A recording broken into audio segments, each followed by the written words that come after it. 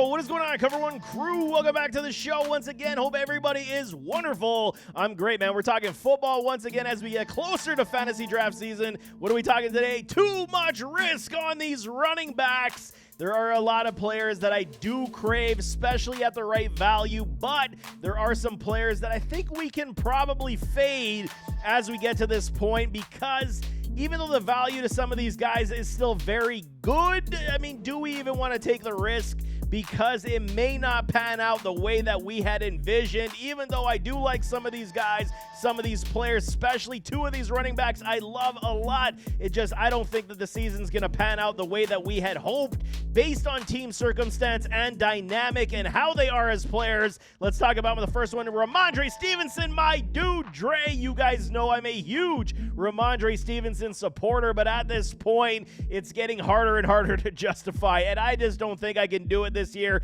Pushed it hard last year, and it was a fail. He did see a lot of time in the medical room. Now we're seeing the changeover. No more Bill Belichick. New quarterback room that we do have. New England is definitely in that rebuilding mode. We get it. I mean, they got themselves. Who's going to be that quarterback, like I'm saying? Is it Drake May? Is it Milton? Is it Jacoby Brissett? Who's going to be the dude? And like I've been telling y'all, I'm a huge Drake May supporter as well. I think New England scored huge and heavy in that regard. He's going to be a stellar quarterback to come in this league. New England got themselves another damn franchise quarterback. Can you believe this? I'm sick to my stomach because Drake May is my guy, but I digress. New England's offensive line, okay, there is issues here as well. It's in rough shape. And I mean, seeing RAndre struggle to gallop through holes last season was already an issue. I think this year might be even more difficult, especially with the, lack of consistency at the quarterback spot, but they did uplift their wide receiver core. Baker looks like the real deal. Polk is looking very good. We will see how it does shake down with these New England Patriots and how they're going to be able to move this offense forward, but RAndre has been good enough. He is a PPR upside guy. We know he can catch the football. He's a big man with light feet that can hit. You guys know the MO that I always preach up, and he is definitely still one of my guys. This team's likely going to be playing from behind quite a bit. And I mean, what else can we say? We can't sugarcoat the fact they're likely going to have a lot of growing pains as they are in year one of this new retooling without a Bill Belichick. It is going to be very different in New England, but they're likely going to be playing from behind a lot, which means that we're going to see a lot less of RAndre Stevenson, and they did add somebody like an Antonio Gibson to help aid in the PPR upside, catching more passes from these quarterbacks, especially if it is a youngster like a Drake May, like a Milton, if it is one of these young rookies that does win the starting role on this team. You know the safety blanket appeal is always there, whether it's tight ends or checking down to your running backs. It is a big problem for me when it comes to RAndre. Ranking it up, man, he sits at number 20 right now on the ADP. David Montgomery at 18, Aaron Jones 19, James Conner 21, Zamir Zeus White at 22, and then Najee at 23. You can make a case for every single one of these gentlemen above a RAndre at this point.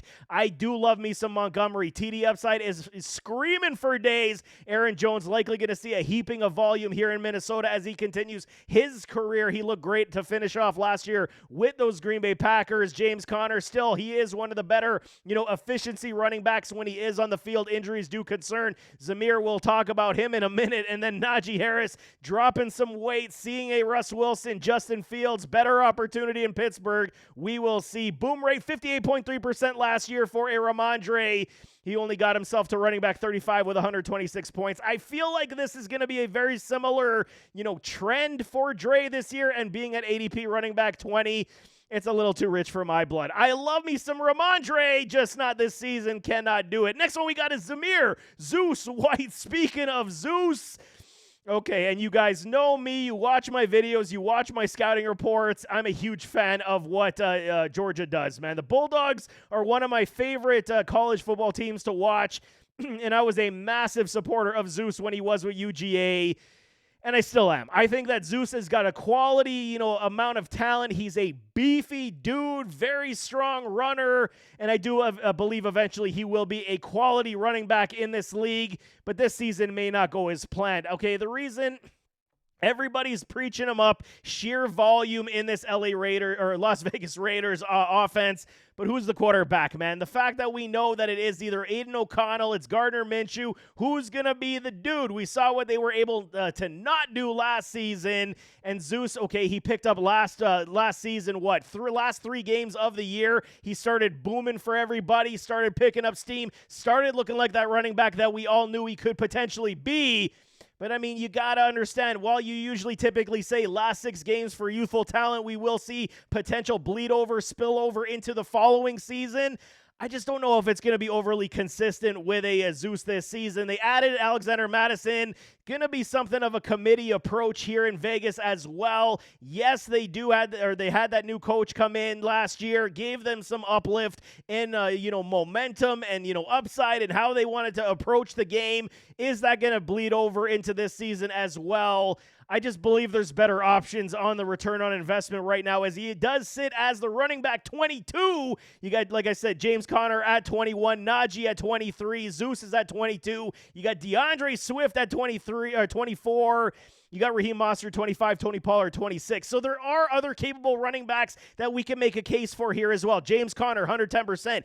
Barring any health issues, he is quality over somebody like a Zamir White at this point due to circumstance in this offense. Najee, we can make the argument it could be a lot closer with Zamir and Najee, but I still like me some Najee at this point. Last kick in the can for him in Pittsburgh. I think that he is going to showcase the fact of what he used to be back on the field, and for something that we just don't know what Zeus is going to do this season. DeAndre Swift, again, lots of running backs in Chicago, lots of mouths to feed. Raheem Mostert at 25 is being supremely slept on for being the running back 2 last year. I get it, though. Everybody knows heavy volume for a running back like Mostert, man. That's just, egging for going back into that medical room. And then Tony Pollard with the Titans.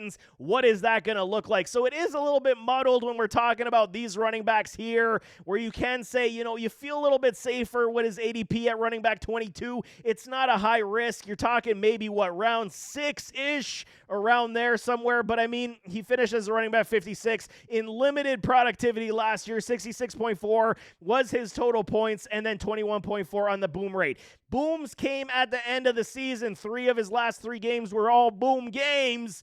So I understand why everybody's getting the warm and fuzzies on a Zeus, because he is a beefy character and he will bowl over a lot of defenders. But I'm just saying, buyer beware. I'm not saying I'm 100% out on Zeus at this point at his rate, but I'm saying buyer beware. There will be a lot of stinkers for him because this offense just isn't put together just yet. Unless Gardner Minshew or Aiden O'Connell turn out to be Tom Brady, it's going to be a struggle this year once again for how the Raiders do move the football on the offensive side. Last one we got is a Zach Moss faded into the sunset, man. I want no part of this whatsoever. He is right now ADP-wise running back 29. Okay, and I get it. Everybody's all encouraged. No more Joe Mixon. He goes over to the Cincinnati Bengals, and they think he's going to be something.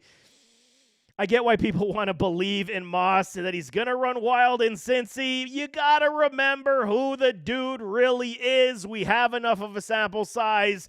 But, I mean, everybody's biased because he took over for a Jonathan Taylor and ran wild early on with those Colts. Hype train definitely taken over, like I'm saying, because Joe Mixon is no longer there. I think it's kind of ridiculous. Joe Mixon and a Zach Moss are in not even the same stratosphere of talent of running backs, and I'm not doing it whatsoever. The Bengals absolutely will lean on somebody like a Chase Brown, who right now, by the way, is pegged as the starter as we enter preseason and training camp. They do got Williams. He did show some flash. Chris Evans, could eventually be the PPR upside guy, a former wide receiver convert from those Michigan Wolverines. Okay, the Bengals, how are they going to approach this running back room? Do they want to be more pass heavy? Let Joe Mixon go and said, the hell with it. We're just going to throw it to all of our wide receivers and Jamar Chase, T. Higgins, and, Andre Yosevash, and then Burton, the rookie that they did draft. There is potential that they just become a pass heavy team and say, stop it, defenses, because Joe Burrow's playing and we can throw the football anywhere we want. I get it. The volume could potentially be here for a Zach Moss, but proven backs, as we see with the ranks right now, Tony Pollard, Jaylen Warren, Brian Robinson, Javonte Williams, and Devin Singletary, ranking them out from 26 down to 30.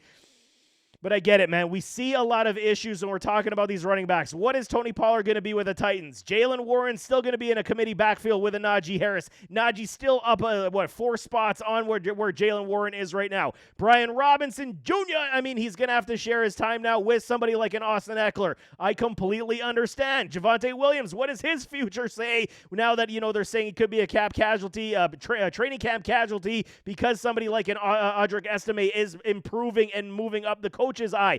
These are situations we got to say. Devin Singletary with the New York Giants, what are they going to be? So, I mean, at this point, you got to talk volume is key here. I do believe I would absolutely take a Pollard. I would absolutely take a Jalen Warren, Brian Robinson over a Zach Moss. Would I take a Vontae?